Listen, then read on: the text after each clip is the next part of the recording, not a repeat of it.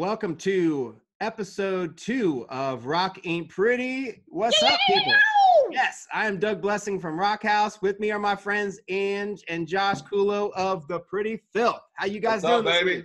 Hey, how's it going, man? What's up, guys? Good to see you again. Appreciate that. You too, man. You look exceptionally sexy tonight. Oh, yes. I'm on day 2 without a shower for this week. So, you know. Oh my God, I took a shower just for this. She had you beat by a day. I think it was 3 days for her. Oh, yeah. Well, I think that the world that's our people that are watching this, the people that are watching, the handful of people that watch this are watching you're going to be physically able to see me gain weight, lose my tan, grow my hair. God. Dude, I got in the shower the other day, and for the first time in 5 weeks, I go, oh shit, man, I'm losing my tan. I know. No doubt, man. It was not good. I miss being outside. That's the worst part about this whole thing is the weather's been so shitty. I want to be outside, and I saw you guys just got the huge upgrade to the Yacht Rock Pavilion. What's up with that? It's amazing. It's amazing, dude. I think we touched base on this before. We were Ange had just put all the patio furniture out about 3 weeks ago, and we were out there on one of the nicer nights having a fire pit and just kind of hanging out. And she had made mention of how the little patch of grass we have, she was going to put down a bunch of seed. And I go, why don't we just skip that and do sand and make a beach? And she's like, seriously? And I'm like, yeah.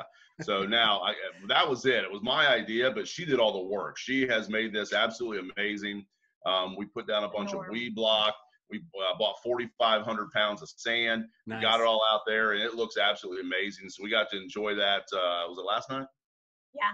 And it was. We got pretty hammered last night. It was crazy. Yeah. That bottle, that dark cherry whiskey I had last week, gone. Yeah. I was going to ask you, actually, because you sent me a picture of you sitting outside last night. I was like, looks like he's got scotch. Oh, yeah. Dark cherry whiskey, huh? Yeah, and it was it is by Noble Cut Distillery. We were talking about that last time. I couldn't figure out who it was, but it's Noble Cut. And, so I finished that off last night, and it was amazing, dude. Cannot wait to have you and Renee over, man. It's going to be such a good time. It's ridiculous. Like, it's better than I even imagined it being. It's fantastic. It looks amazing. I had to carry, each one of those bags is 50 pounds, and they dropped off 2 big pallets of it.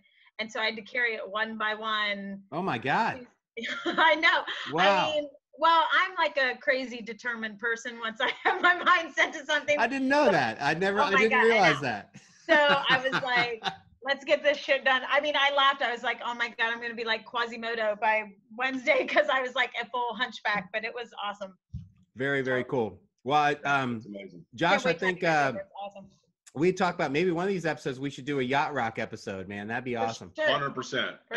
Absolutely, man. That would be a lot of fun. I'll do it. We'll do it here live from the pavilion. We'll just do a Zoom with all 3 of us. Oh my God, in the sand. That would be fantastic. It's amazing. Like, it makes you feel so summery vacation. It's awesome. Yeah. Great. I just can't wait to sit outside again, for crying out loud. I know. Gorgeous. I mean, because we were like, the beginning of quarantine was not too bad, because it was like hitting like 60s and whatever. You could be outside. And then I feel like we've had like 10 days straight of just cold shit. It's been terrible. I mean, if you ever want to know what the weather is, just ask me what my schedule is. I've been keeping track, and my last 6 days off, so that's 3 weeks, have been brutal winds, 30 degrees, or rain. And I'm just like, Jesus, give me a break. So if you want to know when it's going to be bright and sunny, I can tell you based on my schedule. And if I keep looking down at my phone, it's because I'm keeping track of the draft. Nice. Well, I think that's a perfect segue to one of the things we wanted to talk about tonight. Is the draft. I mean, Absolutely. It's hard to believe that it's here.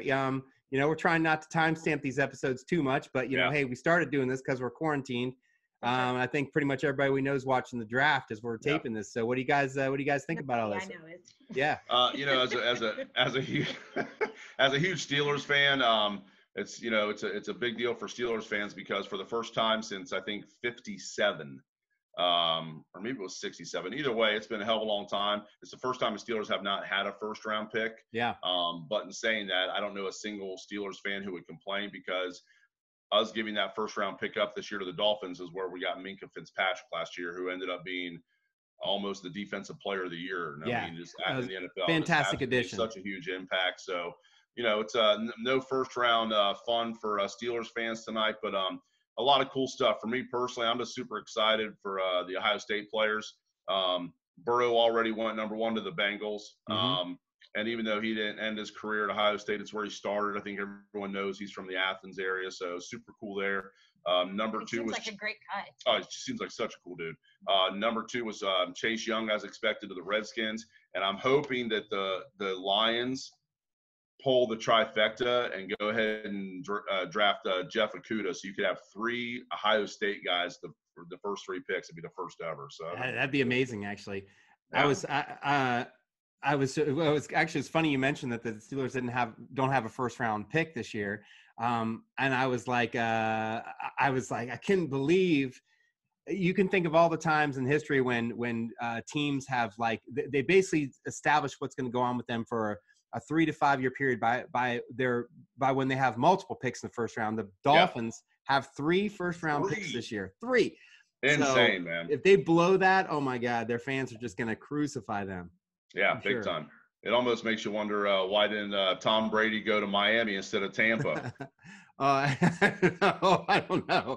Well, I'll tell you what, it's going to be an interesting year. We were talking about that the other day with Tom Brady, and before we were having Brady.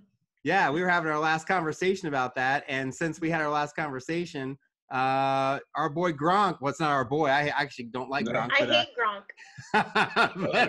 Yes, exactly. A little bit of Gronk action going on down there. I mean, I hate his guts for some reason. I don't know why. Well, I mean, I think it's that smile. It's the ego. I mean, there's something, like, as much as I hate Tom Brady, I hate him for all the right reasons. He went to Michigan. He's great looking. He married a supermodel. He had a $50 million house over on the East Coast. He beats the Steelers all the time. So at least I hated him for the right reasons. That's justified. Now that he has left and went to Tampa Bay, which I didn't think he'd ever do, I actually respect him more for trying to break away and go do something else and get away from Belichick, which doesn't mean they didn't get along, but I respect him for wanting to go out and do something different. Gronk's a piece of shit, dude. He is so goddamn egotistical, and I just have no place for that. I know that sounds old school. I don't get into all this ego shit with sports. I can't stand it. I'm all about team. And he's not, man. He's just so self-centered, and I hope he's an utter failure. Yes. Well, I'll tell you what, except for the people that I know that have had Gronk on their fantasy team when he's had good seasons, pretty much everybody I know hates Gronk. Hates Gronk. The crazy thing is that when I first met you guys several years back, we knew each other for probably a year before we realized that we were Steelers fans. That I was Steelers fan along with you guys, and I think it was probably around football season when we were showing stuff on our social media about our fantasy football teams and so forth like that. Yeah. But what you just said, Josh, is really one of the I became a Steelers fan when I was a kid, only because I grew up in Columbus. Nobody in my family was really much of a Browns fan or a Bengals fan. The Steelers had the steel curtain, and they were, they had Terry Bradshaw, they had Lynn Swann, all that stuff. So somebody in my family, couldn't even tell you who, got me a Terry Bradshaw jersey for my birthday when I was probably like 8 years old. And I used to wear it when I played football with my buddies until I didn't fit in it anymore. So when I started watching football, that's how, I was always a Steelers fan. But one of the things I like the most about the Steelers, and the reason I've never turned away from it, is when guys get big egos, they just go away. Gone. Le'Veon Bell. And we could give 100 examples. I'm not ready to all night. You're not but joking. That's one of the things I love about them. I know. Oh my God. The Lions took Jeff Okudah. There you go, man. All right. You saw it here first, people. That's 3 Buckeyes in the first 3 picks. That's never happened in NFL history before. You give me a ever. fucking heart attack. Where one college had, and yes, I know Burrow ended up at LSU, but that's 3 guys who went to Ohio State, top 3 picks in the draft. It's never happened in the NFL before. That's amazing. Fantastic. Kudos to Urban Meyer and Day. They've done a phenomenal job. Go Bucks. Go Bucks. Go Bucks all the way. So, Josh, I couldn't help notice, and I'm sure that you gave her a lot of shit for this around the house when Ange started favoring a guy by the name of Baker Mayfield a couple years ago, and pledging some allegiance to him. That was shocking. Because unlike Josh, I do base it on how egotistical you are, and he is hysterical. Like, I hated him when he jumped the flag on Ohio Stadium. I didn't like that at all, and actually couldn't stand him. But I liked him because he was from OU, because only the hottest come from OU. And we're not talking about Ohio Bobcats. Yeah, we're talking about 44, Yeah, man. right. Brian Bosworth. Don't make me get out my dollar bill. So, and honestly, I never really cared. I mean, I thought it was good. People were hyped up, and I do feel sorry for Cleveland. I mean, I don't know. I think it's amazing that people are so loyal when they barely even win at all. But seriously, what did it for me was that baseball game, Cleveland Indians game, and literally on the spot, somebody throws him a beer. He rips it with his teeth. I mean, his teeth. And then chugs it down, and I was like, "Oh my God, I'll have your babies." It was absolutely amazing. Loved him ever since. You know what's crazy about that? If she was like one of the multiple girls he's cheated on his wife with, I know. Just think. have his babies because they were all too busy slobbing him down behind the Cheesecake Factory. Yeah. Let's talk about that. So, what do you think about that, Ange? What is that girl? I mean, she looks like somebody on the Whack Pack on Howard Stern. She doesn't even question the cheating. It's just like, he has poor taste in the girls he cheats on. Yeah. I mean, it's crazy. I think I've seen her at a truck stop off 71 before. I can't be sure, exactly. but I'm pretty sure. No, I listened to that whole interview that she did at a radio station up in Cleveland, and a lot of the people at the radio station were very against her doing the interview because it's in Cleveland. They're like, dude, if this isn't legit, we're going to get screwed here. And she had pics of everything. Oh, my gosh. She had tons of dick pics, and she showed everyone the dick pics, and she had all the texts and the tweets and everything. And it was crazy because she's telling this story, and it's so obvious it's true. And then the last 20 minutes of the interview, like 7 or 8 other girls call the station. 7 or 8 other truck stoppers. And talk about their situations with him, whether it was in the same spot behind the Cheesecake Factory or at another place in town, but it was all the same story. They all described his junk the exact same way. It was crazy, dude. So he's a moron.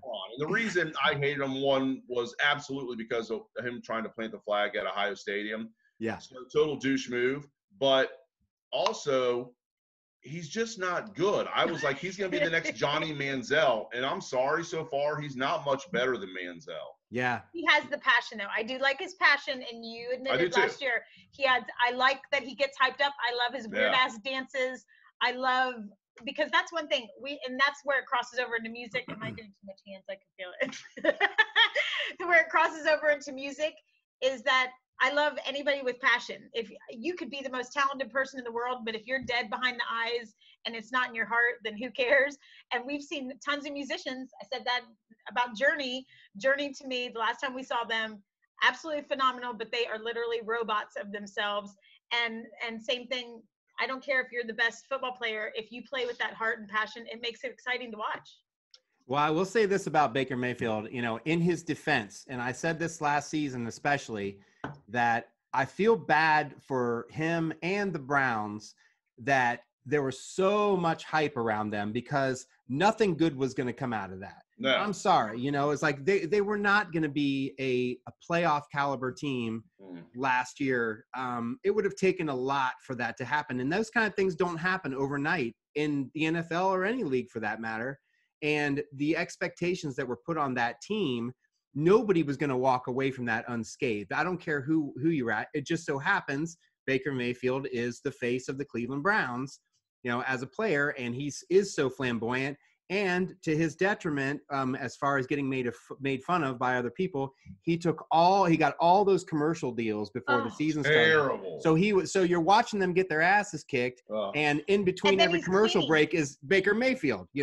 Like maybe he should have been practicing. Cleaning like the janitor, so it was even more hysterical. I mean, it was crazy. But I do give Browns fans credit. I mean, they are so diehard that if they win one preseason game, they celebrate like they won the Super Bowl, and it's amazing. I mean, they are like, "Woo, we didn't lose," or "Yay, we tied." I mean, they're like thrilled. It's absolutely amazing. I have a ton of respect for Browns fans. I mean, as a Steelers fan, I obviously it's been a little lopsided lately, but I have a ton of respect for Paul Brown.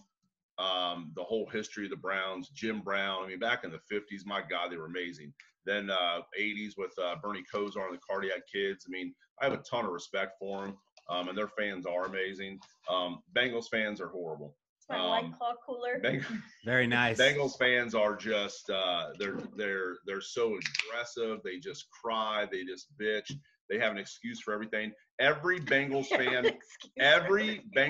I know defended every time Vontaze Burfict hurt someone or did something illegal. They all defended him. Yeah, no way. And especially when it was Steelers against the Steelers, they defended him, and it's like, dude, you're such a piece of shit. So Bengals fans, I have no tolerance for because they're just shitty. Browns fans, totally. I have all respect in the world for them. I really do. Same. I've been watching football. I mean, because and I did have the NFL package on DirecTV for a handful of years. And then I ended up getting rid of it. I'm like, you know what? I miss going up to the sports bar and watching football because I liked watching football side by side with fans of every team. I miss that. So we go up to the filling station, which is up the road from where we live at here in Powell, and watch it. And it's mostly, it's 70% Browns fans and a mix of all the other teams. And it is fun I'll tell you what, it is fun watching football as long as there's an asshole in every crowd. But it is fun watching football with rival fans, the fans from rival teams and talking shit and not for us. I enjoy losers. it. Yeah. We're I enjoy it. losers. I love talking shit. Rival. What can I say? We get pissed. We're the people talking shit to the other people in the team. Oh, believe me. Last year, I tell you what. Last year when I was up there, when the Steelers were not doing so great, I mean, I definitely took more than my fair share going to and for every time I'd get up to go to the bathroom and make my run to the bathroom. Every time I'd get up and I'd have my Steelers shirt on, I took more than my fair share. So I never feel guilty about dishing it out because I can take it just as much as I can dish it out. No question. So you guys probably saw on online about LA is going to dump. Basically, they're making a statement that LA is going to dump any of their big outdoor events the rest of the year. I don't know if you guys saw that. Yeah, no concerts, no sporting events in Los Angeles, in the city of Los Angeles. I immediately thought of you guys when I saw that because I know you have a huge affinity for LA. It's like your favorite place to go. We both love, the history of the Sunset Strip and all that stuff. I was wondering if you guys had seen that and what you thought about it. But what you guys thinking about LA and maybe trying to get out there at some point this year? Yes. We think about it every day. Yeah, I bet. We're always like, can you get Tuesday through Friday off and we'll just go out there? Right. Seriously. One of our trips out there was literally thrown together in less than a week, and we just went for 48 hours. My God. Yeah, we're just obsessed with it. So, but what they're doing is, at the end of the day, it makes sense, dude. Again, without, getting, negative and down about the whole situation we're in, I think we all knew these kind of things were coming. So I'm not surprised in the least. And actually, kudos to them for pulling the trigger and just saying it. They're one of the largest cities in the United States, one of the most prominent. Just, kudos to them for pulling the trigger and just saying, hey, we're not doing it this year. Yeah. And I think a lot of people are going to follow suit with that. The only thing that sucks to me, and obviously, people's health and stuff like that are much more important, but, they're doing this postponement of everything instead of just canceling. And I do feel sorry for I don't feel sorry for Ticketmaster, but I feel sorry for, you can't refund this money back. They don't just they're not sitting on cash to give all these people this money back. So that's why they're doing this postponement, and you just have to do it at a later date. Well, nowadays, everything's a big event. You have to get a hotel room. You might have to fly someplace. Mm-hmm. You can't just postponing something. You can't just pick up and reschedule. So I do feel like it's going to be a clusterfuck in that department, especially for us, we have 5 events already that are possibly going to be rescheduled that are big, huge money making expensive events. So yeah, no doubt. Same here. Yep. It's stuff that involves travel, hotels, just like you said. Sure. Yeah. All that. For sure. All that and more. But when we can't go out and do these things, what we can always depend on is Netflix. Of course. It's Amazon Prime. Everybody's best friend. Amazon Prime. Yes, Everyone Amazon else's Prime, best friend. So we talked about this before, but we checked out the Rainbow Bar and Grill documentary. Yeah, me too. A couple days ago. Good. Yeah. Absolutely amazing. I didn't know what to expect from it. And I heard that. That was music. Same. I heard that. Cheers. Hey, I'm doing the Elvis juice again. Yeah. Cheers. And I'm doing mango. I'm out of back to mango. Josh doing the red wine. Tangerine. I felt ornery today, so I'm doing a little Ravage. Oh, yes. Blend. Yeah. But yeah, so we checked out this Rainbow doc and absolutely blown away by it. We've seen plenty of rock docs, and this one was absolutely amazing. Slash was a main part of it. Ozzy's in there. They interview a ton of the stars that have been around there. Talk so much about the history, things that we didn't even know. We found out about the history. I mean, the fact that it was an Italian restaurant before it was anything else. It was Villanova, where Marilyn Monroe and Joe DiMaggio would hang out in the corner, like and was married to her first husband, Arthur Miller. Like, it was a big scandal for her to be with somebody else. But Gene Simmons is hysterical on it because he's typical Gene Simmons in a dick way, but it's good. Matt Sorum. I love Matt Sorum. Matt Sorum is a great person to interview. Really? Love Matt Sorum. Yep. And who was the guy from Wasp and was it LA Guns? Oh, yeah, Steve Riley. Steve Riley. Yeah, Steve Riley was on it quite a bit. Mickey Dolenz was on it. Yeah, from the Monkees. The Steve Riley guy was horrifying looking. Oh, yeah. Like, we'll save that. We'll save that. We'll come back because if I saw him at night, I would be afraid. I mean, I was like, every time he talked, I was like, go to somebody else. He looked like the human form of a bat. I mean, he was so scary. Oh, he just bleeds rock and roll though. He was hard on the eyes. Yeah. This episode of Rock Ain't Pretty brought to you by LA Guns. Yeah, that's right.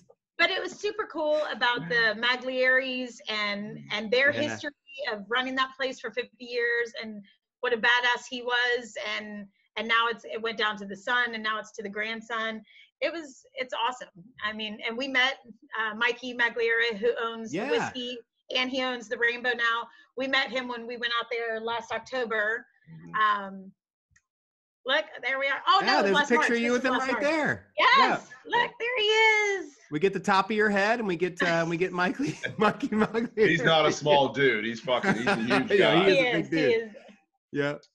But nothing but, I mean, literally like the nicest, calm, quiet demeanor. That's when we went out there and Robert Vargas, who does all the murals, was doing the Motley Crue mural where he painted right before the dirt. And it was we got to watch that for the whole day. That was on St. Patrick's Day last year. Yeah, that's right. St. Patrick's Day. Yeah. And I think the thing about you guys have gotten to spend much more time on the Strip than I have. I've only been able to make it out to LA twice in the last, really since, in any recent years. The first times that I went out there, I was too young to appreciate, what it was and go around bar hopping and stuff. And were you too young to fall in love? I was. Are you ever too young to fall in love? Yeah. But what's that? But we're kind of in that same boat though, because we didn't get to go when we were of prime age to go. It's too bad that none of us made. We didn't realize how much of a mecca that it would be to us when we were in our late teens, early 20s. Because I would have loved to have gone out there back then, and actually, I didn't realize how real it is. Absolutely. 100%. And it's crazy. And for us, I think it was when we went out to the final tour, the Motley final tour. We spent 10 days out in LA. Was that 5 years ago? 2015. Yeah. Yeah. So 5 years ago. And we did December 30th and December 31st at the Motley shows, their final shows. And the 30th, just Josh and I went. The 31st, we took the girls. And the 30th we went and I upgraded to floor seats. I mean, it was like the time of our lives, but we were bananas hammered. Okay. So then we go to the Rainbow. It was wild. I'm sure that it was wild. It was bananas.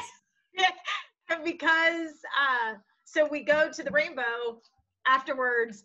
And I mean, it is like a dream because everybody that's there for the Motley show, which was all the way in LA at the Staples Center, everybody comes to the Rainbow and is packed. And literally when we first walk in the door, and we're typical like Josh and Ange on 15 beers. And that's the first person we see when we walk in the door. And you would have thought he was the president of the United States. Look at his face. He was like, sweet Jesus, what has just come? Yeah. Why don't you explain, Ange, why don't you explain who this gentleman is? A lot of people may not recognize him right off the bat. He is the sweetest, nicest. I mean, like, couldn't have been nicer, like, ever. He is a hot mess. He did make me sad because he looks very disheveled. he was wearing, I think when we saw him, or it was the second time, he had like a Halloween shirt on, and it was December. And he wears Crocs, for fuck's sakes. He wears Crocs. And he drove a beat up, was it a Saturn? Yeah. A beat up Saturn. Look at that. There he is. Ron Jeremy, the hedgehog. Yes. But we hung out with him a couple times while we were there, but he sat with us one night, and it was amazing, except I ordered cheese plate because I love cheese plates. And we ordered cheese plate. He walks around and talks to everybody, because now he's almost like the new Lemmy, except he walks around. So he's at the Rainbow 4 or 5 nights a week. And he walks around and he's telling us who everybody is, which was super cool. Like, he's telling us this guy runs this industry, that's who so-and-so is, blah, blah, blah. But meanwhile, he's eating I think he goes there to grange off of like people's food. And he ate literally half my cheese plate. And I'm like, oh my God, he's like a homeless person. Every table he went to, he ate some of their food. Like, Beautiful. he'd have a slice of pizza. And he was so slick about it and smooth. He's like, real engaged in our conversation. And he's like, just picks up a piece of cheese and pops it in his mouth. And you don't even think anything of it because he's still talking and to you're you. like, oh my God, Ron Jeremy's eating my cheese plate. And then he reaches over and he grabs a piece of pizza and he's like, oh, thanks. You didn't ask, Ron, but awesome. okay. So, Ron, why don't you just show me your junk while you're at it? No, but it is funny to watch guys. So he's sitting at our table. He's sitting at the booth across from us, and like guys that are coming in that are obviously there for the concert. And so everybody's kind of does a walkthrough, and it's dark, like an Italian restaurant would be. Like the rainbow's dark in there, and this is on the main floor where the tables are.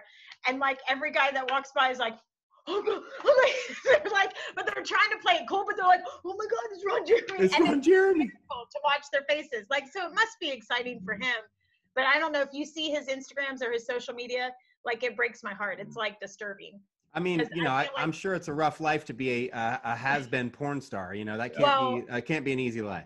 Well, and I don't know if you ever watched that show on VH1, that Surreal Life show that he did, and it was him. No, it was like I did not see it. I did not see the one with him. God, It was Surreal actually Lives are the good. best. Tammy Faye Baker, Vanilla Ice. That's when VH1 was the best. That's when Rock of Love stage. That's like Surreal Life, because it was like, people of our era, and then they lived together, and it was before everything was so scripted like reality shows are now.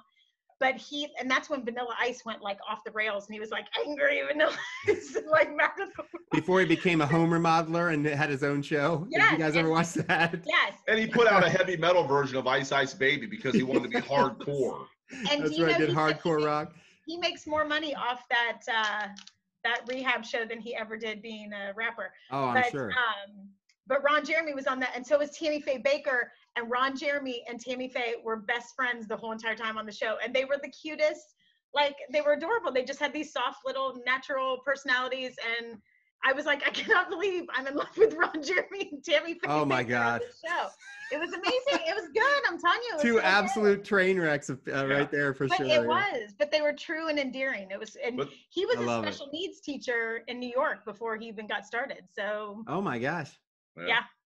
Yeah, but I mean the Rainbow and the Sunset Strip. I mean, it's what the '80s are all about. I mean, it's a lot of the music that Rock House and the Prettyfield play. It all stems from the Sunset Strip. So there's so much history there, and between the three of us, we've been incredibly fortunate to meet a lot of these people that we have either emulated or love their music or such. But I remember the one time we walked into the Rainbow and literally someone said, yeah, you guys just missed Dave Grohl. He was here an hour ago having dinner. Yeah. And Sebastian Bach's there all the time, and it's you see all these people, and you walk down that 2-3 block area between the Whiskey and Rainbow, and you just never know who you're going to see. I mean, it's been absolutely amazing. Well, I know we both. I know you guys and I. We've both been lucky enough to make it to a few shows at the Viper Room. Yeah. And you mentioned Sebastian Bach. So you remember me telling you, Josh, when I was out there the night before I went to the Cat House live show, I went down to see Saigon Kick, who was one of Josh. I know Andrew's like, ooh, yeah.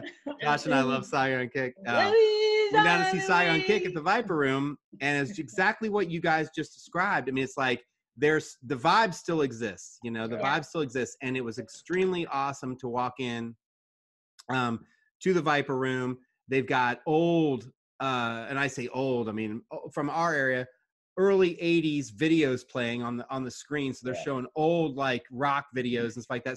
Videos I hadn't seen forever, Awesome. And then I'm standing there, and the first person I saw that I recognized was Jeff Scott Soto, If you guys remember him or not. Yeah, but he did some stuff with Yngwie, Journey for a flash in the pan moment. And the movie Rockstar. Trans-Siberian Orchestra, so on and so forth. He's the first person I see in there. I'm like, fuck, that's just Scott Soto. He's just in here like hanging out, But the shining moment of the night for me, and I know you guys, he's no Ron Jeremy, but but the shining moment of the night for me was when I'm standing there watching the Saigon Kick show, and I'm like, I'm gonna turn around, and get another beer, and I turn around, and who is behind me but none other than the gentleman you just mentioned, Mr. Sebastian Bach. Yeah. Oh my God. Yeah, that was fucking amazing. Yeah, it was incredible. But he was just there. He was just there hanging out. Sebastian is the best. Sebastian, I feel like, is just like us. He's a fan. He is a fan of everybody. I read his book a couple years ago. We just saw him in October. I took Josh out we saw them all together. Me, you, Josh, and Archie. We all went to see him in September. Doesn't that feel like a million years ago? It does. I say, I'll tell you what, Angela, if you don't mind, I'm gonna pull up a picture of that. That I had sitting aside here because we're going to get one of our buddies on here in just a minute. But I saw the pictures that you sent me a couple pictures earlier today.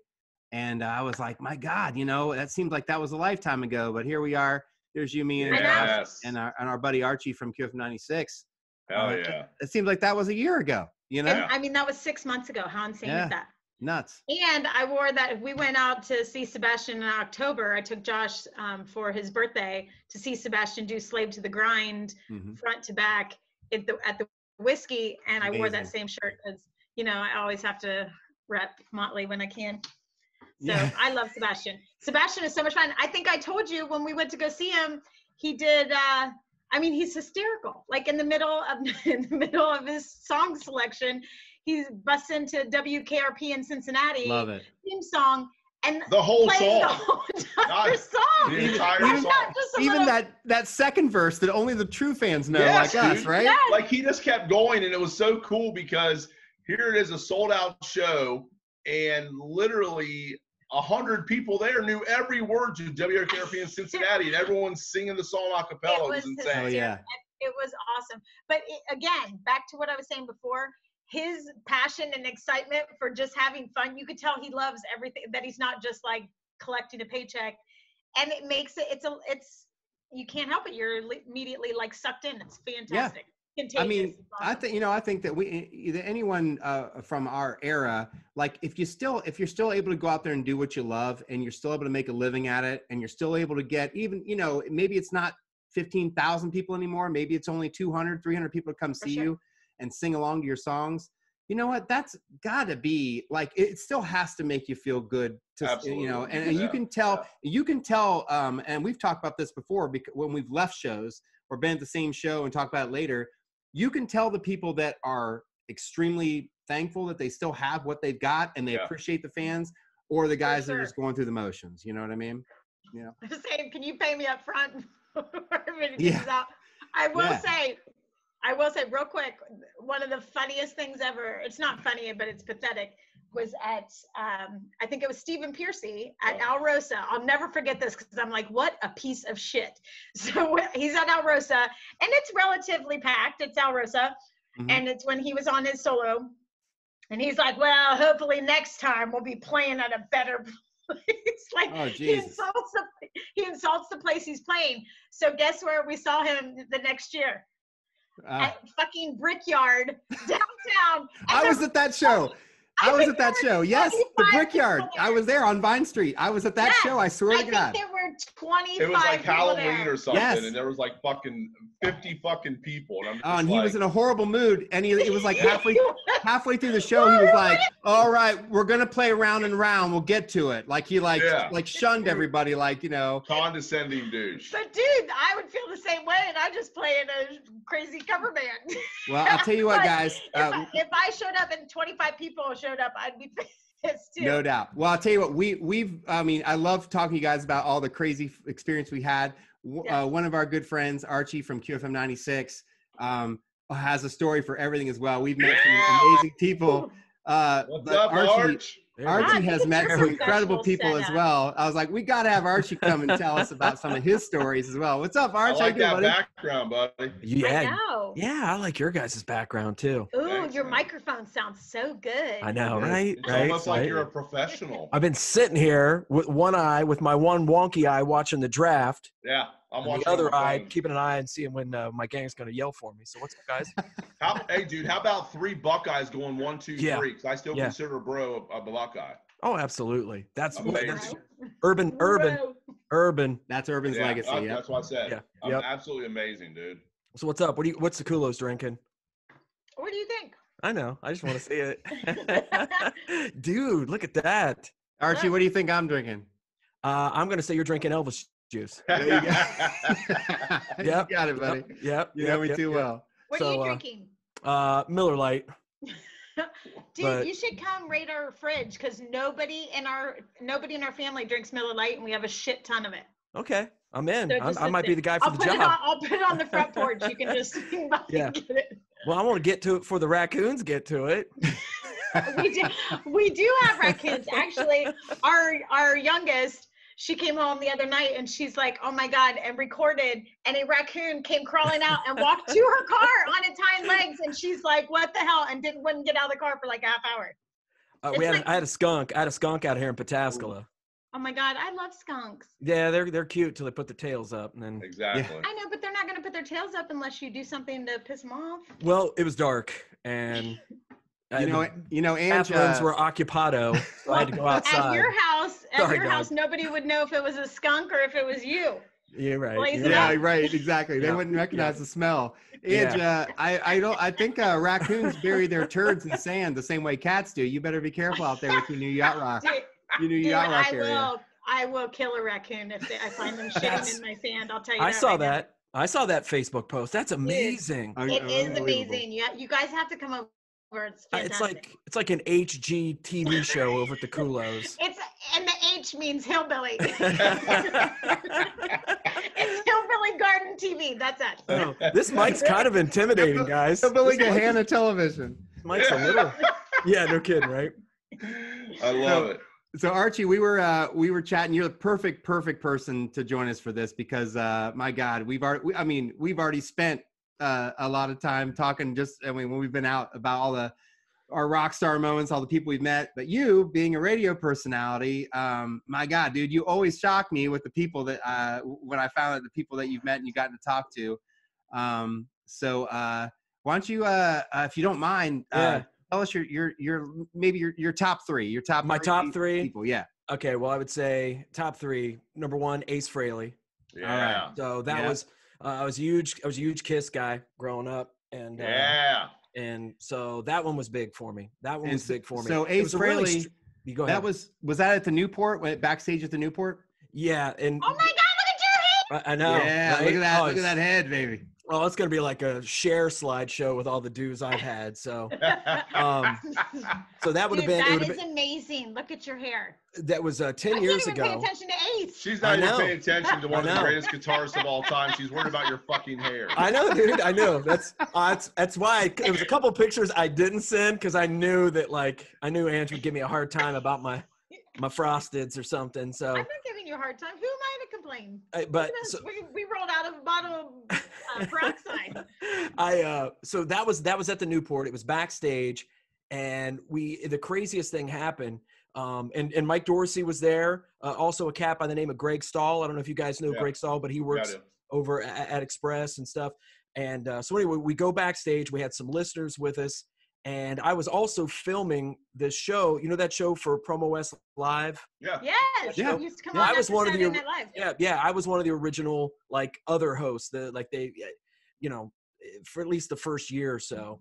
But I was really lucky. The one thing I got to do was interview Ace Frehley for the show, and I don't even think it made the cut because Ace. So this tape, all the proof I had, other than my my Kiss Alive 2, I had him sign that. Nice. The album. But the only other proof I had of this was the video. And we couldn't get it for 10 years. We were just trying to find it. And Mike Dorsey was all over it for a few years for me. And he finally got me. And that was a still frame that I took from that. But anyway, Sweet. so we're backstage. And you guys have been to the Newport there, especially backstage, how small it is. You know that room, right? Yeah. So that room is so small. Ace walks in and there was just too many people in there and he like freaked out and then he like took off. And I was like, ah, shit, that's it. There was my chance. You're like, God damn it, everybody, Right? get out of here. So his manager came and said, hey, look, you and the camera guy, Ace doesn't like crowds like that. It was just kind of a little too intense for him. So I was like, all right, see you, everybody. So I kicked everybody out. Yeah. It was me, the camera guy, and Ace.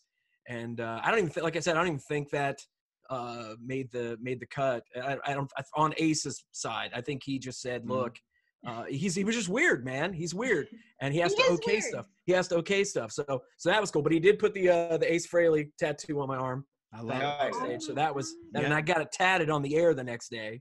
Oh, wow. So Ace Frehley, and then I would say the biggest one was Paul McCartney. And that was when we went backstage and interviewed Paul. And that's a whole other thing. Wow. I can't even imagine. It was. We were speechless over Fat Vince Neil. Yeah, right. That was one. I mean, that one affected me to the point where I named a kid after him. You know, I mean, it was one of those moments where I couldn't believe I was in the same room with him, and he was just so laid back and so cool. And that was huge. So I would say Ace, Paul McCartney, and then Robert Plant. Robert Plant was a big one for me too, and that was a cool one as well. That was backstage. I think he was opening up for the Who, and would that have been like 2001 at the old Polaris? Look, it looks like that. Look at those frosted tips. Oh my God, you look like Mark McGrath. Oh God, thank you. Are you grabbing Robert Plant's butt right there? Look at it does look like he's being goosed. It does look like he's being goosed. Yeah, what the fuck is that, Arch? I don't know, man. I don't know. And I'm just glad I zoomed that shirt or the that pick up just a little bit. I think I had my rock shirt tucked in. Like I didn't know what to do. Yeah. I didn't know what to do. I was trying to be cool. And then he came out in like a t-shirt and like cut off shorts. And I was like, oh, okay. So I eventually, but yeah. Oh my God, look at your hair. That's great. I know. We should do a hair, like a whole montage. I'm telling you. But he was super, super cool. Actually, one of the nicest guys I met as far as rock stars and stuff. I told him how much I loved Principle of Moments. It was one of my favorite records. And I had a moment with him. I was talking to him. And I said, hey, look, Principle Moments, one of my favorite records, blah, blah, blah. I walked away. And later on in the meet and greet, I could see Dan Orr's in a lot of my stories, but he was like facing this way and his eyes got big. And then I felt a hand and it was Robert Plant. And he goes, hey, we're going to open up with In the Mood, Principle of Moments, boy. Nice, man. That's and I was great. like, shit, that's awesome. So yeah, those are my top three. Cool, man. Well, the fact that he took the time to even come up to you shows what a genuine person he is. Yeah. He was laid back, and his big thing, he's like into tennis. So, and he crushed the Popeyes chicken. I know that. Like Joe Show brought he's like, what do you want? He's like, I want some good Southern food. So he got him like some Popeyes chicken because later that night he came back to the to QFM and did Rockline. So no way. Yeah. Sweet. So then Joe Show bought him a bunch of Popeyes chicken, and he was just like eating and burping in between commercials and stuff. It was pretty cool. But he seems like he must have that kind of cool demeanor, because one of our guy friends texted me on Thanksgiving, this past Thanksgiving, is like, one of my girlfriends is in Nashville and Robert Plant is sitting next to her at Thanksgiving dinner at this small friends. And he's like, and she's playing it cool as a cucumber. And he's like, wouldn't you die? And I'm like, yes, I wouldn't. I couldn't contain myself. I would be a total idiot. And I'd either not talk, or I would be like I normally am and just never stop talking. you know, guys, I don't think really in the 25 years I've been doing it, I don't think I've ever really met a dick. I really haven't. I'm of course, and again, I haven't had a chance to interview David Lee Roth, which is on my bucket list. It's coming. It's coming. Ruin it for me. But I mean, everybody was always so cool. And really back in the day, if you think about Robert Plant, you'd always heard that, that he was, I think he's legendary. There was like one interview with Rolling Stone back in the 70s, back in the heyday, where he was just very difficult and stuff. But I never, you know who else? And I didn't meet him, but I interviewed him. And me and him, we have zero in common. And he'd never even got along with people in his band, and that's David Crosby. And this was right when I got a call beforehand. They said, "Hey, look, don't talk about his sperm." And because this was right when How could Melissa you not, Etheridge. though? I mean, Well, how could you not? I didn't. But so I didn't. But I interviewed David Crosby, and I was like, oh my God, this is just going to be a nightmare. He was so nice to me. He was so freaking cool. And his knowledge of that time period is like no other. There's another documentary. That's on Netflix? Yeah. Echo in the Canyon. Yeah. Amazing. It's early on, so it's like 65 to 67. It doesn't even get to 69. But it is so fucking That's too cool. bad. I know. But it is so cool. And the people they interview are literally the people who made actual rock and roll. And it is so good. And David Crosby is hilarious. And he even laughs. Yeah. He's like, I was an asshole. And I was like difficult to deal with. He's like, sorry, whatever. But I mean, he was so cool. It was awesome. Yeah. That's the best is when you're worried about somebody and, and then they turn out to be super cool. So, yeah. Well, and I think we talked about that for a second. We met Kiefer Sutherland because he thinks he's a singer now, and it was not good. But we met him at the Char Bar, and he used to have those run-ins. He would get arrested and stuff for like punching paparazzi. Yeah. He could not have. I mean, you would have thought he was the host at the bar. I mean, he was like double handing you like when he shakes your hand like. So nice to meet you. He's talking to like the awesome. Regulars. Like I tried to get away from him out of respect. I'm like, hey, I just want to say hi real quick. He grabs my hands. He's like, what's your name? I'm like, I'm Josh. He's like, Josh, I want to spend time with you. I want to buy you a drink. Careful. I have to go talk to some folks. Will you stick around? I'm like, yes, Jack Bauer. Yes. Yeah, right. So literally he goes and hangs with another table for like 20 minutes and then gets up and comes over to us. Does a fucking shot with us. And I'm just like, is this fucking real life? And I'm like, look, dude, I'll probably never see you again. And as I tell him the rest of my story, he stops me and he grabs my hand again and goes, yes, you will. Dude, we'll see each other again. And I'm going, like that's a little weird. Like Josh. I'm getting a fucking semi. Yeah. He seriously. Was like, and I'm like, I just want to tell you, I love everything you've ever done. I love your movies. I'm like, you were amazing tonight, which was a lie. It was terrible. But his talking voice is out of this world. He should just talk his whole content. But I mean, come on, that's Jack awesome. Bauer, Designated Survivor, Young Guns. I mean, the guy was epic. But again, Lost Boys. I didn't even come to that. Oh, he's a hell of a vampire. Yeah. Yeah, hell yeah. But again, it's a cool story. And he's probably 120 pounds. He is the tiniest. He did any bigger in a minute. I mean, like so thin, it was almost weird. I was at a meet and greet for Rock House. Stretch, super cool. Yeah. Great guy. Stretch is awesome. You're like, he has his moments. I heard he was amazing. I heard he was really difficult, and that sometimes he didn't even do the meet and greets. Like he would let the rest of the band do them, and he's like, I don't do meet and greets. He was actually one of the first guitar gods to stick a gun to Fred Durst's head, which is a lot of people don't know that about Stretch. I saw that. I saw your Eddie Van Halen thing. Dude, earlier. what the? I'm sorry. It's your guys' show, but that's crazy, man. He put a gun. Where'd that story come from?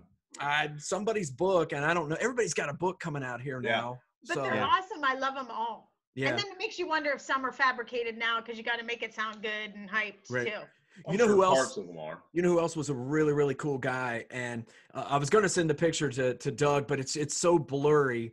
And it was about, I would say 6 months before he passed away, and Joe Strummer from The Clash came in and did a rock line at QFM, and I like hung out and stuff. And he was, when people ask me who's the nicest, I would probably say it was either Robert Plant or Joe Strummer. Joe Strummer was just such a great spirit. He was a good dude, really cool. And you're like, oh my God, you wouldn't think so because you'd always heard that the Clash were kind of a little snobbish, but no. Not the case with him at that age. Anyway, he was super cool. Well, that's the thing. I think a lot of these people, they do get humbled. I mean, again, when we talk about Kiefer Sutherland, he was famous for getting into fights and being so standoffish and treating people like shit on the set of everything. But when the guy's out there pushing his country music, which is garbage, he has to be fucking nice to everybody. And it's like shitty, like Johnny Cash country music. So bad. So it's like not Johnny Cash. So it's like a shitty, awful, not Johnny Cash. Oh, so bad. That's what's cool about meeting all the Sunset Strip guys at this stage. They're all humble as shit, right, Doug? Yeah, I mean, Don Dokken. The Don Dokken story. Legendary, man. Legendary. I'm telling you, just a lot of those guys are cool now to finally, Oh yeah. catching them on the backside there a little, but there's. Hey Archie, we Yeah. had I know I told you we were going to ask you about some celeb stuff, but we actually had someone send us a question earlier today to answer on the show. Okay. And I was like, man, we got to ask Archie this because mainly because I really want to hear your answer. Okay. So, obviously we've met people. Most of the people that we've all met are cool. We've had one or two that were like, you're a little disappointed. So what if you could go back and you can take this from any era that you've seen, because I know you've liked rock and roll for many years, and you've seen all the different eras of rock and roll live. What one Which means band, you're really fucking old. You should I know, write a right? book. We're also No old shit, now. No Now that we have you're a my history, age, man. Careful.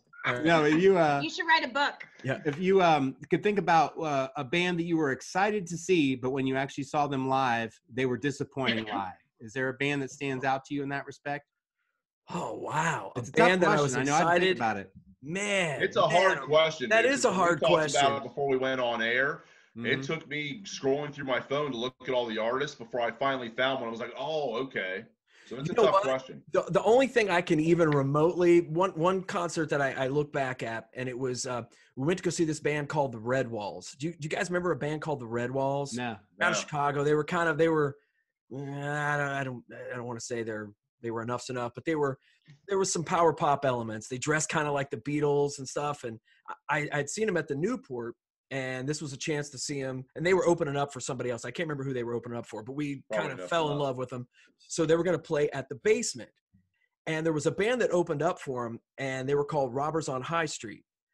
And it was one of the best shows I've ever seen in my life, to the point that when I saw the Red Walls, like I didn't even give a shit about the Red Walls. I was like, this Robbers on High, and then they were doing a meet and greet during the Red Walls show. So I missed half of the fucking show. And then I went over and was like having them sign CDs and stuff. I don't know what they're doing now, but I was like blown away by the Robbers on High Street, that I didn't even care about the band. That now there's things that's happened before where I see an opening act and it floors you to the point where you can't focus, and then it kind of ruins the experience that you were looking forward to. That's happened. That's happened a bunch. But that's the one show I always remember. I was like, shit, I paid money for that, and like I couldn't care less about the Red Walls show. But anyway, so what about you, Ange? I'm sure when the Red Walls tune in tonight, they're gonna be like, "Oh, yeah, you missed the Red Wall show." Yeah, I know. Damn you, Robbers!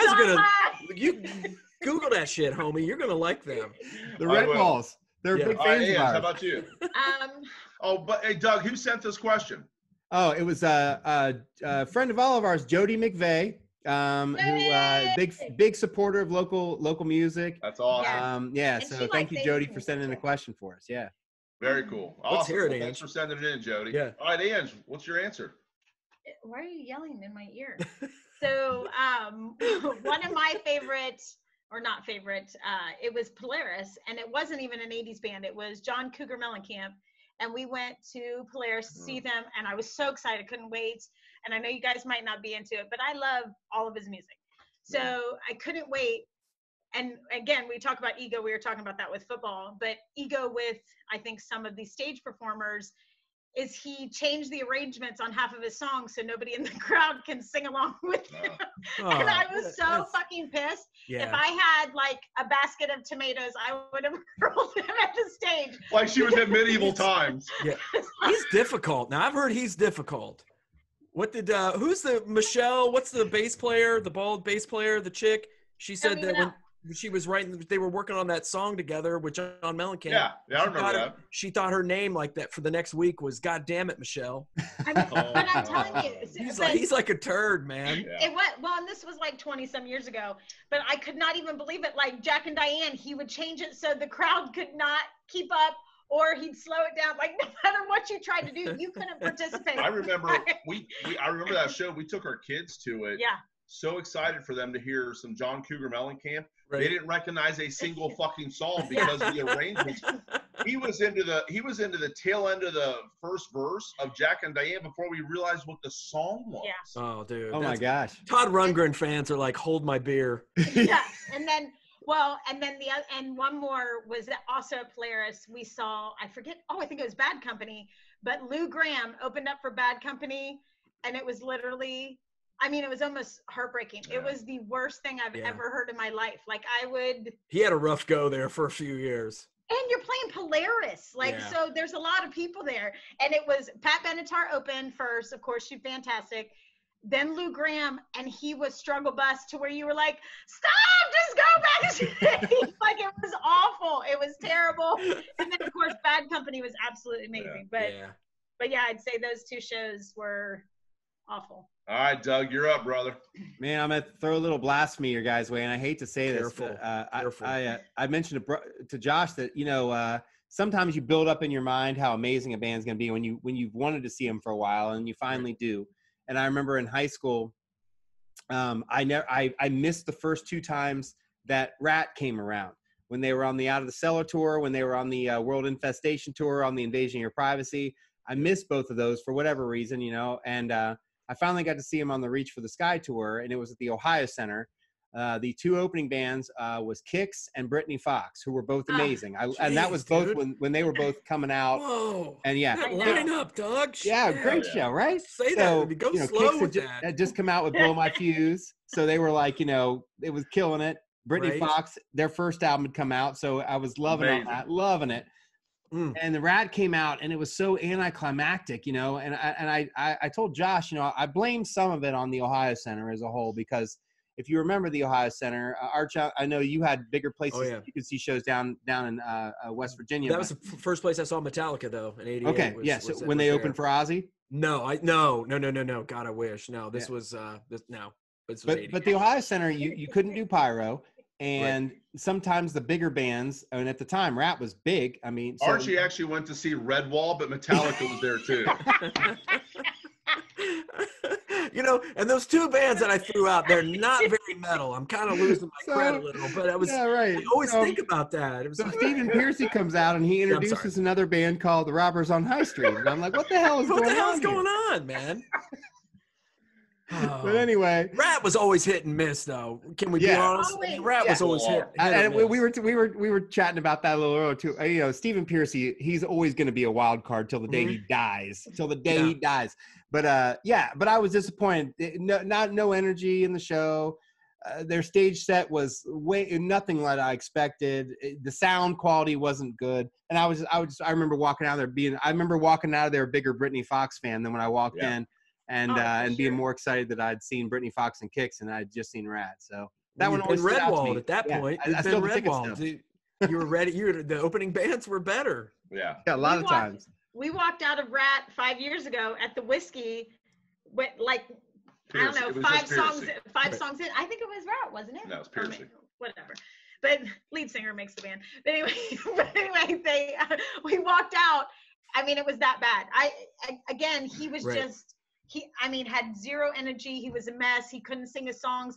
And then I get embarrassed. Like, if I feel embarrassed for you on the stage, get it together. It's ridiculous. It was, I'll get to mine here in a second, but she's right. That show, that was when we were out in LA for the final Motley show, and Piercy was playing the Whiskey. So we went to it, and he played everything. I mean, you talk about people playing everything a half step down to help with their vocals and such. Right.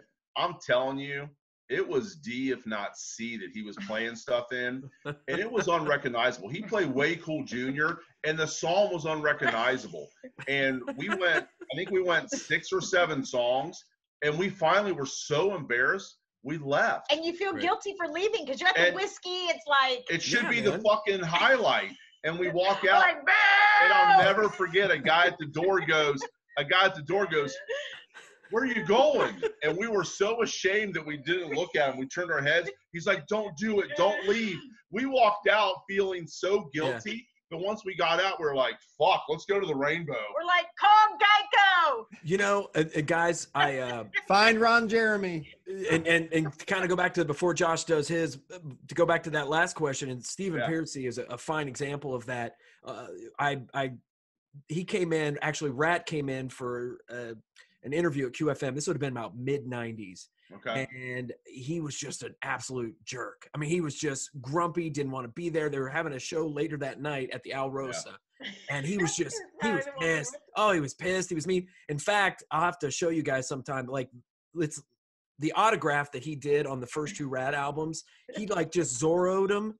They're horrible. I mean, it's horrible. Like, everyone makes fun of they're like, Dan Orr, once again, would always say, dude, get your Rat album out. Show him that autograph. And it's like, it's horrible, right? He was such a dick. And then years later, he did a Wing Sing, and he was by himself. And we talked about his race cars, and he was like so cool. So I guess a lot of times you catch these guys and gals on a day when they're not. Yeah. The timing has a lot to do with it. I know, but it's called being a professional. Whatever the fuck you're dealing with. Right. Yeah. Brett Michaels always a sweetheart. Stephen Piercy, Most dating bands not professionals. Right, for sure. But yeah, Piercy's one of them. So what do you got? Like I said, this was a tough question for me, and it literally took me scrolling through my phone looking at artists to find someone who popped out. And unfortunately, Archie's gonna have a heart attack. It was Cinderella. I'm a diehard Cinderella fan. I know, bro. I'm a diehard Cinderella fan. I'm sorry I kept you around, Arch. They're top 5 of my 80s bands.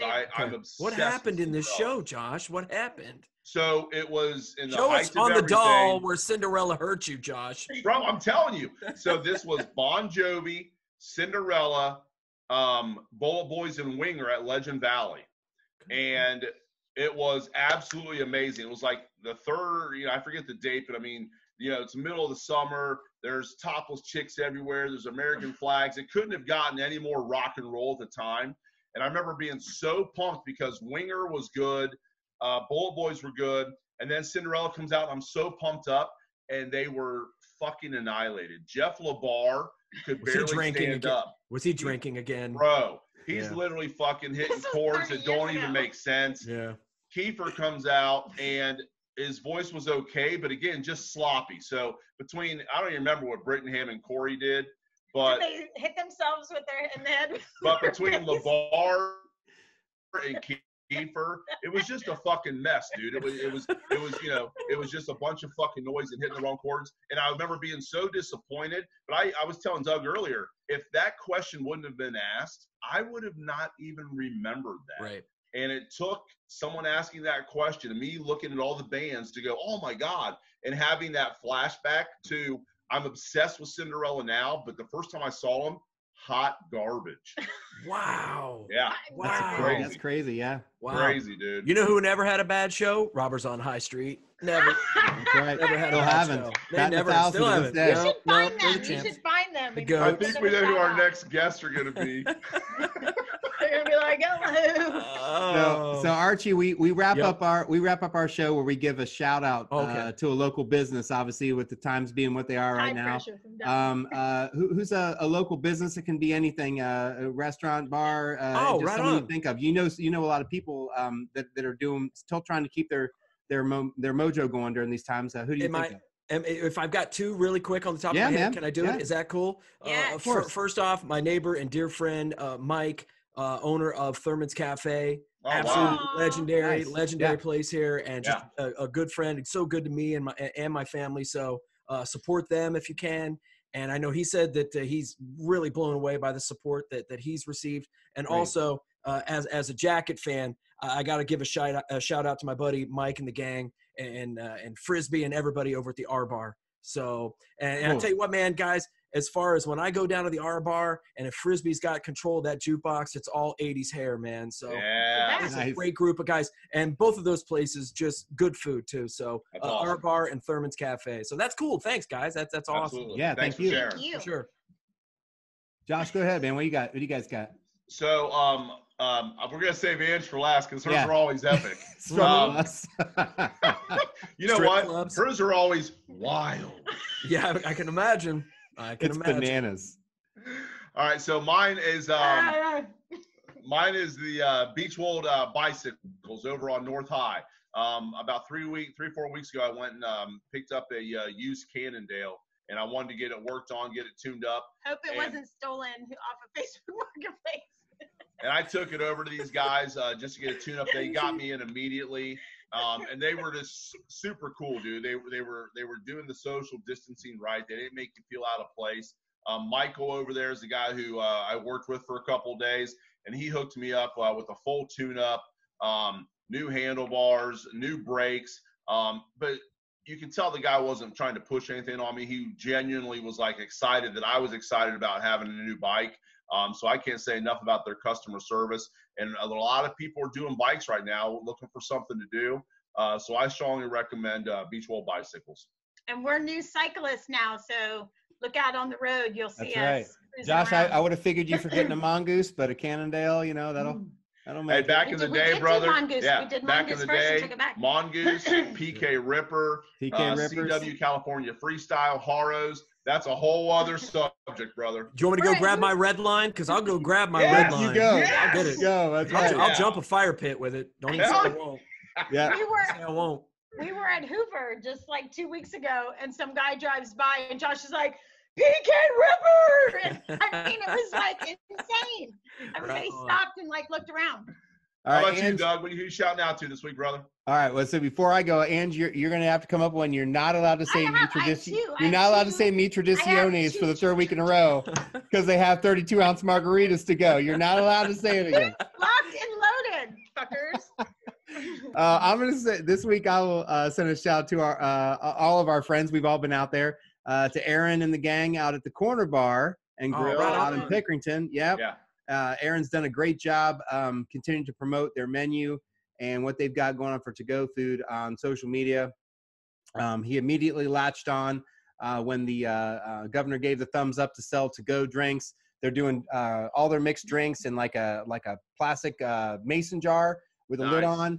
And they're always doing a great job keeping up posts on social media. And I know that, once again, family-owned business, nice people. That is so important. I like when bars keep up with what. Yep, they've done a great job, and they're great people. They've got great food, and they're big supporters of local music. We've all been out there. So yeah, shout out to Aaron and the gang out there at Corner Bar in Pickerington off of 256. All right, very cool, man. Thanks for sharing. All right, Ange. I have two that I want to give a shout out to. The first one, we had pizza last night from Gatsby's here in Gahanna. Been around forever and a day, probably since I've been a kid. And it is our probably true like Cheers bar that we go to. We've been going there for 20 some years.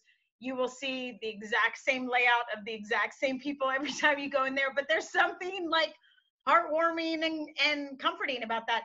AJ Angelo plays every Friday night. He plays Doug's new favorite song, Chevy Van. Chevy Van. But their pizza, Gatsby's Pizza, always so good, absolutely phenomenal. So we got a couple pizzas last night, and my second one is, which actually we took both of you to, is Big Mama Burritos. Yes, out of OU. Big Mama.